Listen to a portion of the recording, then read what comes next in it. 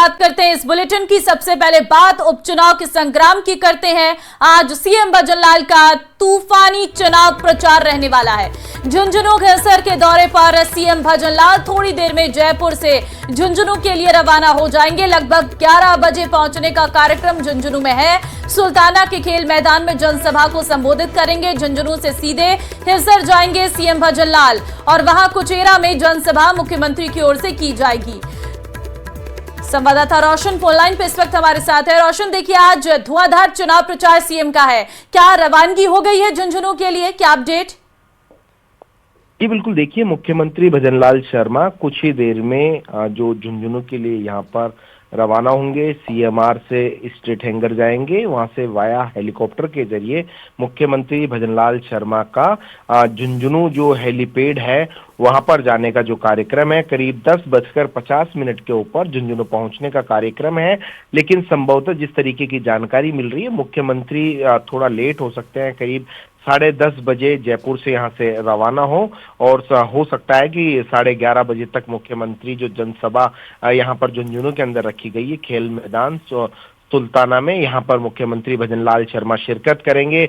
BJP के जो candidate है उनके समर्थन में मुख्यमंत्री भजनलाल शर्मा जो जनसभा करेंगे, जन समर्थन है वो जुटाएंगे। इसके बाद में सीएम का खींवसर जहां पर उपचुनाव है, उस खींवसर सीट के ऊपर बीजेपी प्रत्याशी के समर्थन में वहां पर जनसभा करेंगे, चुनाव प्रचार करेंगे, पार्टी पदाधिकारियों के साथ 1-to-1 जो बैठक करेंगे। तो कुल मिलाकर कहा जा सकता है कि मुख्यमंत्री भजनलाल शर्मा आज दिन भर उपचुनावों को लेकर व्यस्त रहेंगे। वो आज 2 विधानसभा क्षेत्रों के दौरे के ऊपर है। कल भी जैसा कि देखा कि मुख्यमंत्री भजनलाल शर्मा कल देवली उनियारा की विधानसभा क्षेत्र में यहाँ पर दौरे पर थे। लगातार राजस्थान में जो उपचुनाव है इनको लेकर सीएम अब तक की जो भजनलाल सरकार के जो कामकाज है, विगत 10 महीनों के जो कामकाज है, उन कामकाजों को लेकर जनता के बीच में जा रहे हैं। जो जनहित में जो हुए फैसले हैं उनको लेकर यहाँ पर जो है चुनाव प्रचार कर रहे हैं। आज भी मुख्यमंत्री भजनलाल शर्मा का कहा जा सकता है कि ये जो चुनाव प्रचार रहने वाला है, 2 सीटों के ऊपर सीएम चुनाव प्रचार करेंगे। ठीक है, बहुत धन्यवाद रोशन आपका तमाम जानकारी देने के लिए। तो साफ तौर पर कुछ ही देर बाद जो है माना यह जा रहा है कि 10:30 बजे मुख्यमंत्री जो है जयपुर से रवाना होंगे झुंझुनू के लिए। बात सलूंबर की कर लेते हैं, वहां पर भी उपचुनाव है और ऐसे में सलूंबर उपचुनाव के रण में उतरेंगी दिया कुमारी। उदयपुर पहुंची दिया कुमारी। डबोक एयरपोर्ट पर बीजेपी कार्यकर्ताओं ने किया स्वागत। सुबह 11 बजे जावद पहुंचने का कार्यक्रम है। कल्लाजी मंदिर में जनसभा को करेंगी संबोधित। दोपहर 1 बजे पहुंचेंगी सलूंबर दिया कुमारी। सलूंबर में रोड शो करेंगी और भाजपा प्रत्याशी के पक्ष में माहौल बनाएंगी। तो उदयपुर पहुंची है डिप्टी सीएम दिया कुमारी। सुबह 11 बजे जावद पहुंचने का कार्यक्रम डिप्टी सीएम का है। वहां पर चुनावी रण में उतरती हुई नजर आ रही हैं दिया कुमारी। चुनाव प्रचार करती हुई नजर आएंगी। सलूंबर उपचुनाव में बड़ी भूमिका रहने वाली है डिप्टी सीएम दिया कुमारी की, क्योंकि भाजपा प्रत्याशी के पक्ष में माहौल बनाने का काम किया जाएगा। सलूंबर में एक रोड शो भी रखा गया है जिसमें डिप्टी सीएम दिया कुमारी शिरकत करने वाली हैं। तो पूरी तैयारियां हैं और उदयपुर पहुंच चुकी हैं दिया कुमारी, जहां पर 11 बजे से चुनावी दौरा शुरू करेंगी। तो 2 कार्यक्रम आज दिया कुमारी के हैं। ऐसे में सबसे पहले 11 बजे जावद पहुंचने का कार्यक्रम है और इसके बाद जो है सलूंबर उपचुनाव के रण में भी दिया कुमारी एक जनसभा को संबोधित करेंगी। एक रोड शो भी रहने वाला है। संवाददाता कपिल इस वक्त फोन लाइन पे हमारे साथ है। कपिल, दिया कुमारी पहुंची है उदयपुर और आज उनके 2 बड़े कार्यक्रम बताए जा रहे हैं, उपचुनाव के लिहाज से महत्वपूर्ण है। जी बिल्कुल, देखिए उपचुनाव के रण में अब जो बड़े नेता हैं उनकी एंट्री हो चुकी है और भारतीय जनता पार्टी की ओर से उप मुख्यमंत्री दिया कुमारी जो है वो आज सलूंबर पहुंचने वाली है। उदयपुर डबोक एयरपोर्ट पर जब दिया कुमारी पहुंची तो स्थानीय भाजपा पदाधिकारियों ने स्वागत किया, जिसमें जिलाध्यक्ष रविंद्र श्रीमाली, अतुल टंडालिया, कुछ विधायक उसमें शामिल थे, जिन्होंने एयरपोर्ट पर दिया कुमारी का स्वागत किया। अब दिया कुमारी सलूंबर विधानसभा क्षेत्र के जावद गांव पहुंचेगी, जहां पर कल्लाजी के मंदिर में एक जनसभा को दिया कुमारी संबोधित करेगी और उसके बाद में आज का एक मेगा रोड शो दिया कुमारी का सलूंबर में आयोजित होना है। दोपहर 1 बजे दिया कुमारी के सलूंबर पहुंचने का कार्यक्रम है। जहां वे भाजपा के पक्ष में एक रोड शो आयोजित करेगी और उस रोड शो के मार्फत सलूम्बर विधानसभा उपचुनाव में भाजपा के पक्ष में माहौल बनाने की कोशिश की जाएगी। अब दिया कुमारी के कार्यक्रम को लेकर भाजपा ने तैयारियां पूरी कर ली है। ये कोशिश की जा रही है कि रोड शो में ज्यादा से ज्यादा भीड़ जुटे ताकि एक शक्ति प्रदर्शन भी वोटर्स के बीच में देखने को मिले। तो दिया कुमारी जो है उदयपुर पहुंच चुकी है और जो चुनाव का जो उनका कार्यक्रम है वो शुरू हो चुका है। तकरीबन वो ये उदयपुर से अब जावत के सलूम्बर के जावत पहुंचेगी, जनसभा करेगी और उसके बाद में उनका रोड शो होगा। जी ठीक है कपिल, धन्यवाद आपका तमाम जानकारी देने के लिए।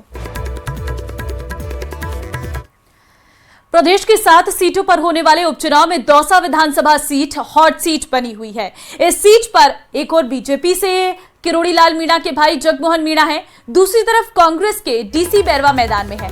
लेकिन निर्दलीय प्रत्याशी विप्र गोयल ने चुनाव को और रोचक बना दिया है। दिन रात गांव-गांव जाकर अपने लिए वोट मांग रहे। अपने भाषणों से दौसा को जल, ऊर्जा और रोजगार के क्षेत्र में आत्मनिर्भर करने का भरोसा दे रहे। विधायक बनने के बाद 12 महीने पानी और बिजली देने का दावा कर रहे। दौसा को दुबई बनाने की बात कर रहे। ऐसे में दौसा की जनता के विप्र गोयल की बातों पर कितना भरोसा करती है ये तो आने वाला समय बताएगा। लेकिन आईआईटी करने के बाद एक युवा के चुनावी मैदान में आने से दौसा के दंगल में रोचकता पैदा हो गई है।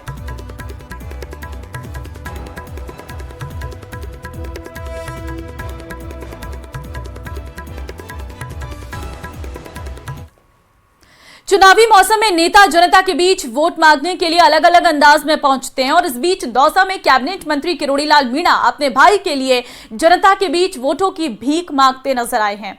अब उनका ये कार्यक्रम कांग्रेस के लिए बयानबाजी का जरिया बन गया है। देखिए रिपोर्ट।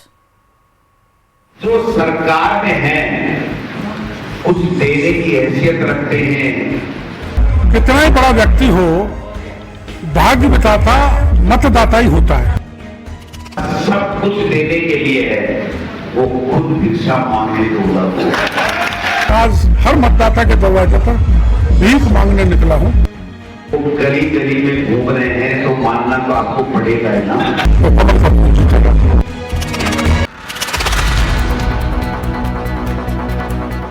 चुनावी मौसम में नेताओं की ऐसी बयानबाजी लाजमी है, लेकिन दौसा में कैबिनेट मंत्री डॉक्टर किरोड़ी लाल मीणा का ये अंदाज बिल्कुल अनोखा है।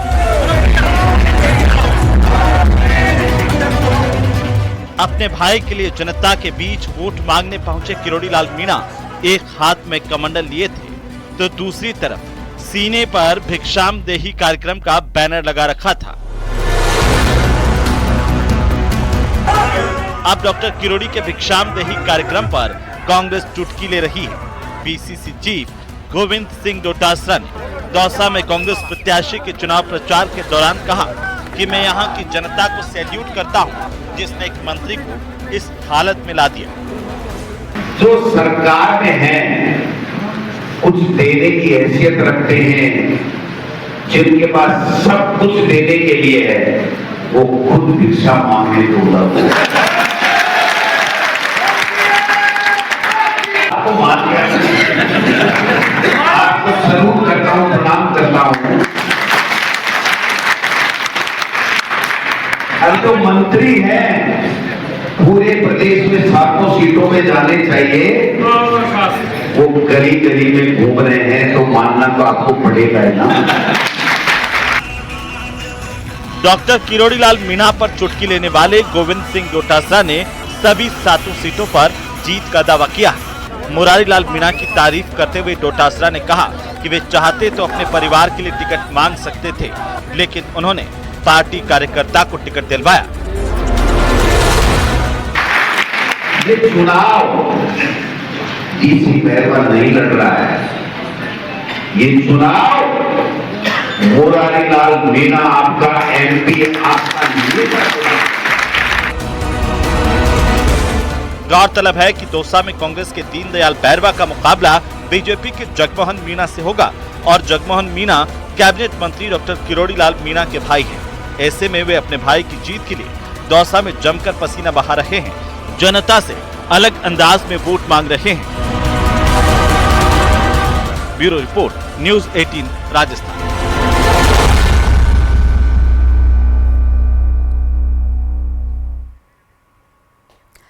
अनीता चौधरी की निर्मम हत्या के मामले में पुलिस को बड़ी सफलता हाथ लगी है। मुख्य अभियुक्त गुलामुद्दीन को पुलिस मुंबई से जोधपुर लेकर आई है और ये बड़ी खबर आपको हम दे रही हैं। आज जो है कोर्ट में पेश किया जाएगा। 500 सीसीटीवी खंगाले हैं, इसमें 500 सीडीआर का विश्लेषण किया है। नेपाल भागने की फिराक में था आरोपी, कोर्ट में पेश कर रिमांड पर लिया जाएगा। अनीता चौधरी हत्याकांड का मुख्य आरोपी गुलामुद्दीन को मुंबई से जोधपुर लाया गया, कोर्ट में पेश कर रिमांड पर आज लिया जाएगा और नेपाल भागने की फिराक में यह आरोपी था। तो तस्वीरों में दिख रहा है ये शख्स गुलामुद्दीन ही है जिसे मुंबई से जोधपुर लाया गया है और आज जो है कोर्ट में पेश किया जाएगा। रिमांड मांगी जाएगी, पुलिस के द्वारा पूछताछ की जाएगी। कई बड़े खुलासे होने की उम्मीद है।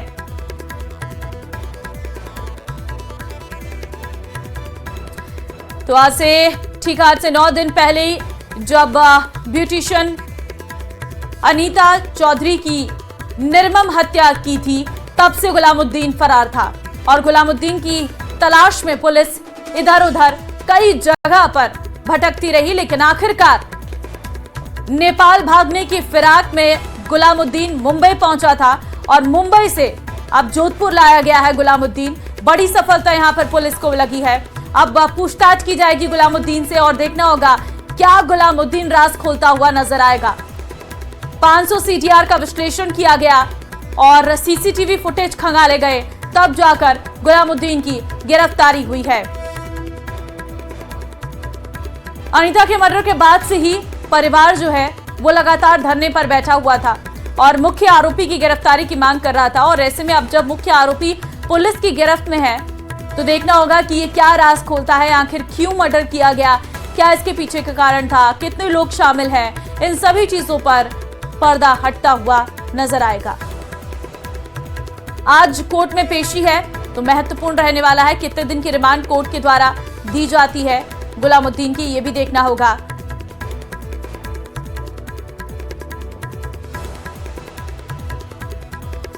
गुलामुद्दीन की खोज लगातार पुलिस की ओर से की जा रही थी, तलाशी की जा रही थी, लेकिन गुलामुद्दीन खुद को बचाने के लिए सर पर टोपी डालकर घूमता था ताकि उसका चेहरा पहचान में ना आए। लेकिन पुलिस की नजर गुलामुद्दीन की तरफ थी और गुलामुद्दीन आखिरकार पुलिस की गिरफ्त में है। संवाददाता चंद्रशेखर फोनलाइन पे हमारे साथ है। चंद्रशेखर, गुलामुद्दीन की गिरफ्तारी तो हो गई है, आज कोर्ट में पेश किया जाना है, किस वक्त पेश किया जाएगा? देखिए श्रुति, बात करें तो देर रात को गुलामुद्दीन को जो है मुंबई सेंट्रल से जोधपुर लाया गया। सड़क मार्ग से जब पुलिस कुड़ी थाना महिला थाना लेकर पहुंची, उसके बाद पुलिस ने इस बात का खुलासा किया कि मुख्य आरोपी गिरफ्तार हो चुका है। इस बात की पुष्टि कर दी। साथ ही जो है चूंकि कल उसको लेकर आया गया था और देर रात उसे जो है अरेस्ट किया गया था, तो ऐसे में अब जो है उसे आज कोर्ट में पेश किया जाएगा और जो दस्तावेज तैयार करने के बाद लगभग 3:30 बजे के आसपास जो है उसे कोर्ट में पेश करने की संभावना जताई जा रही है। और बात करें तो जिस तरह से गुलामुद्दीन की गिरफ्तारी हुई है, इस मामले में कई और बड़े नाम आने की भी जो कहीं ना कहीं संभावना जताई जा रही है और कई पर्दे जो है इस गुत्थी से जो है हटने वाले हैं और कई चीजें सामने आने वाली है। जी ठीक है चंद्रशेखर, क्योंकि अब गुलामुद्दीन की गिरफ्तारी हो गई है, परिजनों का क्या कहना है? कोई रिएक्शन आपने जानने की कोशिश की? देखिए, जैसे ही पुलिस ने इस मामले में पूर्व में जो है लूट की थ्योरी को सामने रखा था, तब से परिजन इस मामले को लेकर नाराज है। उनका ये कहना है कि इस मामले में जो पुलिस कार्रवाई कर रही है, पुलिस का कहना है कि लूट के लिए अनीता की हत्या हुई, उससे वे सहमत नहीं है। इस मामले में वे सीबीआई की जांच की मांग कर रहे हैं। वहीं जाट समाज का एक धड़ा इस मामले में जो है परिजनों को सरकारी नौकरी, आर्थिक मुआवजा और सीबीआई जांच की मांग के साथ जो है धरने पर बैठा है। लगातार धरना जारी है। इस मामले में कई राजनीतिक दल भी जो है कहीं ना कहीं हस्तक्षेप करते नजर आ रहे हैं और अगर बात करें तो परिजन जो है सीबीआई से नीचे इस मामले को मानने में तैयार नहीं है। जी ठीक है, बहुत धन्यवाद आपका चंद्रशेखर तमाम जानकारी देने के लिए। और अब उदयपुर से बड़ी खबर आपको देंगे, जहां पर विदेशी महिला को गोली मारी गई है। थाईलैंड से घूमने के लिए आई है महिला, विदेशी महिला को पीठ पर गोली लगी है। हालांकि महिला की स्थिति खतरे से बाहर बताई जा रही है और अब पुलिस आरोपियों की तलाश में जुट गई है। तो विदेशी महिला को गोली मारी गई है। बताया जा रहा है कि महिला जब सुबह के समय तकरीबन 5 साढ़े 5 के आसपास जब घर से बाहर घूमने के लिए, टहलने के लिए जा रही थी, इसी दौरान कोई लोग आते हैं और महिला को गोली मार देते हैं। लेकिन गनीमत ये रही कि पीठ की तरफ से गोली लगी और महिला की जान बच गई। उदयपुर में एक विदेशी महिला के साथ एक घटना घटित हुई जिसमें उसे देर रात कुछ अज्ञात लोगों ने गोली मार दी। महिला जिसका नाम जो है वो थोंगकोट बताया जा रहा है। ये महिला थाईलैंड की रहने वाली है और इस महिला को अज्ञात जगह पर गोली मारी गई। उसके बाद में एक निजी हॉस्पिटल इस महिला को ले जाया गया और वहां से ये महिला उदयपुर के एमबी चिकित्सालय में रेफर की गई। एमबी चिकित्सालय से उदयपुर पुलिस को सूचना मिली थी। आप देखिए कि ये एमबी चिकित्सालय की यूनिट है जहां पर इस समय महिला का इलाज जो है वो चल रहा है। महिला यहाँ भर्ती है और डॉक्टर्स की टीम जो है वो इलाज में जुटी हुई है। तो वहीं दूसरी ओर पुलिस की जो टीम है वो महिला के बारे में जानकारी जुटाना और हमलावरों के बारे में जानकारी जुटाने में लगी हुई है। जो प्राथमिक जानकारी है उसके अनुसार 2 महिलाएं साथ में थी। माली कॉलोनी स्थित एक होटल में ये रुकी हुई थी। उसके बाद में अल सुबह एमबी चिकित्सालय इस महिला को इलाज के लिए लाया गया। तब ये पूरा मामला खुला कि विदेशी महिला को गोली मारी गई है। देखिए, जो प्राथमिक जानकारी सूत्रों के हवाले से मिल रही है, ये जो विदेशी महिला है ये पुलिस को किसी तरह से कोऑपरेट नहीं कर रही है, ये खतरे से बाहर है। पुलिस से लगातार बात कर रही है लेकिन पुलिस को किसी तरह की जानकारियां जो है वो साझा नहीं कर रही। और यही वजह है कि पुलिस के सामने आगे की कड़ियां जुटाना एक बड़ी चुनौती साबित हो रही है। सूत्रों से मिल रही जानकारी के अनुसार देर रात सुखेर इलाके में संभवतया इस महिला का कोई मूवमेंट था, उस इलाके में ये थी। इसीलिए जब इसके साथ घटना घटित हुई, इसको जब गोली मारी गई तो सबसे पहले इसे सुखेर इलाके में स्थित एक निजी चिकित्सालय में ले जाया गया था। वहां पर ले जाने के बाद में निजी चिकित्सालय द्वारा प्राथमिक इलाज किया गया और फिर उसे उदयपुर के इस सबसे बड़े एमबी चिकित्सालय सरकारी हॉस्पिटल में रेफर किया गया। उसके बाद में यहां से उदयपुर पुलिस को सूचना मिली। उदयपुर पुलिस के अधिकारी मौके पर पहुंचे और उसके बाद जानकारियां जुटाना शुरू किया गया। हालांकि अभी तक किसी तरह की कड़ियां पुलिस को नहीं मिली लेकिन संभवतः कोई टैक्सी ड्राइवर भी इनके साथ में होने की बात सामने आ रही है। उसके बारे में भी जानकारी पुलिस जो है फिलहाल जुटा रही है। पुलिस की विभिन्न टीमें बना दी गई है जो कि अलग अलग जानकारियां जुटाते हुए उस कड़ी तक पहुंचने की कोशिश कर रही है जो कि महिला को गोली मारने में शामिल थे। क्योंकि ये मामला विदेशी महिला से जुड़ा हुआ है तो बेहद गंभीरता से इस मामले को लिया जा रहा है। और उदयपुर पुलिस जो है वो भले ही ये महिला पुलिस को कोऑपरेट नहीं कर रही हो लेकिन उदयपुर पुलिस जो है वो पूरी अलग अलग टीमें बनाकर जो है वो जांच में जुटी हुई है और कोशिश कर रही है कि हमलावर जल्दी से जल्दी पकड़ में आए। कपिल श्रीमाली, न्यूज़ 18 उदयपुर। और राजसमंद के खमनोर से बड़ी खबर आपको देंगे। मकान में आग लगने से युवक की मौत हो गई है। आग लगने के कारणों का खुलासा नहीं हो पाया है। घटना की सूचना पर खमनोर थाना पुलिस पहुंची है। दमकल की सहायता से आग पर काबू पाया गया है। पुलिस ने शव को खमनोर मोर्चरी में रखवाया है। तो आग लगने के कारणों का अब तक खुलासा नहीं हो पाया है। मकान में आग लगने से एक युवक की मौत बताई जा रही है। दमकल की सहायता से हालांकि आग पर काबू पा लिया गया है। पुलिस ने शव को खमनोर मोर्चरी में रखवाया है। तस्वीरें आपके सामने हैं, आप देख सकते हैं मकान में किस तरीके से भीषण आग लग गई। आग लगने के कारणों का अब तक खुलासा नहीं हो पाया है।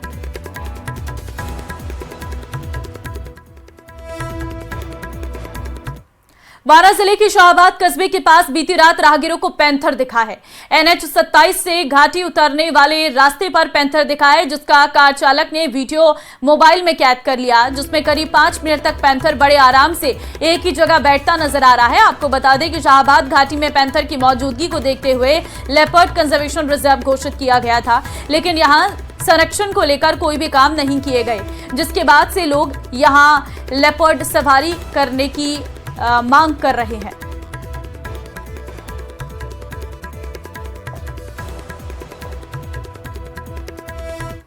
अजमेर के अरावली नाग पहाड़ से सटे कोटड़ा बैरवा बस्ती इलाके में पैंथर होने की अफवाह से लोगों में डर का माहौल बन गया है। दरअसल 2 बिल्लियों के लड़ने पर क्षेत्र में माहौल खराब हो गया और सभी ने पैंथर आने की जानकारी देते हुए वन विभाग और पुलिस को सूचना दी, जिसके बाद मौके पर पहुंची वन विभाग की टीम ने देखा तो 2 बिल्लियां आपस में लड़ती हुई नजर आई। देखा तो 2 बिल्लियां आपस में लड़ रही थी, जिसका वीडियो इलाके के लोगों को दिखाया गया, जिसे पैंथर बताकर क्षेत्र में दहशत फैला दी गई थी। गौरतलब है गुरुवार को बैरवा बस्ती में पैंथर का मूवमेंट रिकॉर्ड किया गया। ऐसे में वन विभाग की टीम ने अपनी गश्त को और तेज करते हुए पेड़ पर CCTV कैमरा भी लगा दिया है, जिससे कि पैंथर का मूवमेंट देखा जा सके। साथ ही वन विभाग ने लोगों को शांत रहने और बच्चों को रात में घर से बाहर नहीं भेजने की अपील की है।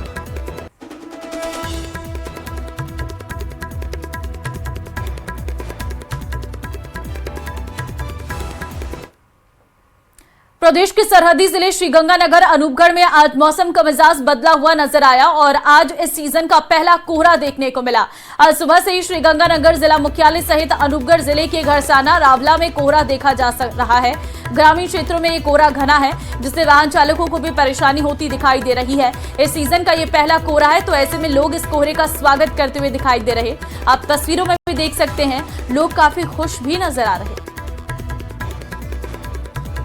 मौसम बहुत बढ़िया है भाई साहब, खूब कोहरा है और सरसों की फसल के लिए तो ये बहुत ही बढ़िया चीज़ है। इससे क्या फसलें बढ़िया चलेंगी और किसानों के लिए भी और फसलों के लिए सबके लिए बढ़िया है। सुबह सुबह मौसम किस प्रकार से है? मौसम एकदम शानदार है भाई साहब, प्रकृति का देखो रूप कैसा है। कल एकदम धूप थी और आज एकदम कोहरा है। कुल मिला के सबके लिए बढ़िया है ये सब। अब खबर धौलपुर से है, जहां सैदपुर कस्बे में पुरानी तहसील के निकट पेयजल लाइन में कई जगह लीकेज से समस्या गहरा रही है। लीकेज से हजारों लीटर पानी आम रास्ते में व्यर्थ ही बहता रहा है और वहीं कस्बे के कई मोहल्ले ऐसे भी हैं जिनमें पर्याप्त पानी नहीं पहुंचने से लोग पीने के पानी के लिए परेशान बने रहते हैं। लोगों का आरोप है कि जलदाय विभाग के अधिकारियों से कई बार शिकायत के बावजूद भी इस समस्या का समाधान नहीं हो पा रहा। इसके साथ साथ आम रास्ते पर अधिकतर समय पानी के बहाव के चलते सड़क भी क्षतिग्रस्त हो गई है, जिससे स्थानीय लोगों के अलावा यहां से गुजरने वाले हर आमजन के लिए यह समस्या गहराई हुई है। कोटा में डेंगू पॉजिटिव मरीजों की संख्या बढ़ती जा रही है। अब डेंगू पॉजिटिव मरीजों का आंकड़ा 364 तक पहुंच चुका है। ऐसे में कोचिंग स्टूडेंट्स भी डेंगू की चपेट में आ रही है। अब तक करीब 25 कोचिंग स्टूडेंट्स की जांच रिपोर्ट डेंगू पॉजिटिव आ चुकी है, जबकि सैकड़ों डेंगू संदिग्ध कोचिंग स्टूडेंट्स ने अलग अलग अस्पतालों में अपना इलाज करवाया। हालांकि स्वास्थ्य विभाग ये अलर्ट है। अलग अलग टीमों से 300 से अधिक हॉस्टल्स का सर्वे कर 50,000 से अधिक स्टूडेंट्स को जागरूक किया जा चुका है। आपको बता दें कि सर्वे के दौरान 25 से अधिक हॉस्टल्स में लार्वा भी मिल चुका है। कोचिंग नगरी में चिकित्सा विभाग द्वारा लगातार सर्वे व लार्वा एक्टिविटीज के बाद भी डेंगू पॉजिटिव मरीजों के आंकड़ों में लगातार इजाफा हो रहा है। सर्दी की दस्तक के बाद भी शहर सहित ग्रामीण अंचल के इलाकों में डेंगू पॉजिटिव मरीजों का आंकड़ा लगातार बढ़ता जा रहा है। कोचिंग सिटी में 2 दर्जन से अधिक कोचिंग स्टूडेंट भी डेंगू की चपेट में आ चुके हैं, जबकि दर्जनों कोचिंग स्टूडेंट डेंगू संदिग्ध होने के चलते अलग अलग अस्पतालों में अपना इलाज करवा चुके हैं।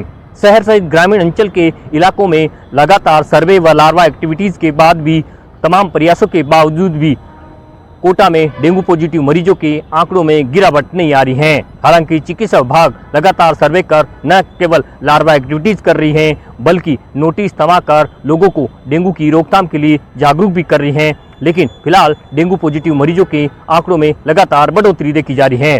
कोटा से न्यूज 18 राजस्थान के लिए ओम प्रकाश मारू। झालावाड़ के प्रसिद्ध कृष्णधाम झालरापाटन में भगवान द्वारकाधीश के मंदिर में अन्नकूट का आयोजन किया गया। अन्नकूट महोत्सव में भगवान द्वारकाधीश को 11 पीपा देसी घी से बने प्रसाद का भोग लगाया गया। साथ ही भगवान की 56 भोग की झांकी सजाई गई, जिसमें कई तरह की मिठाइयां, फल और सब्जियों का भोग लगाया गया। अन्नकूट महोत्सव में कलेक्टर अजय सिंह राठौर, जिला न्यायाधीश सिया रघुनाथ दान समेत भारी संख्या में श्रद्धालु शामिल हुए। मंदिर श्री द्वारकाधीश पे समिति द्वारा लगातार 35 वर्षों से यह आयोजन अन्नकूट का किया जा रहा है। इसमें 32 तरकारी, 56 व्यंजन के 12 पीपे देशी घी से व्यंजन बनाकर प्रभु को भोग आरोगा किया। इसमें किस तरह से मतलब श्रद्धालु पहुंचते हैं, किस तरह से अपने आप को धन्य महसूस है? आसपास के जितने भी श्रद्धालु हैं जो समिति से जुड़े हुए हैं, वल्लभ संप्रदाय के हैं, उनको हम विशेष न्योता देकर बुलाते हैं और जो भी समिति के सदस्य हैं वो सब परिवार प्रसादी लेकर और अपना आप को धन्य महसूस करते हैं।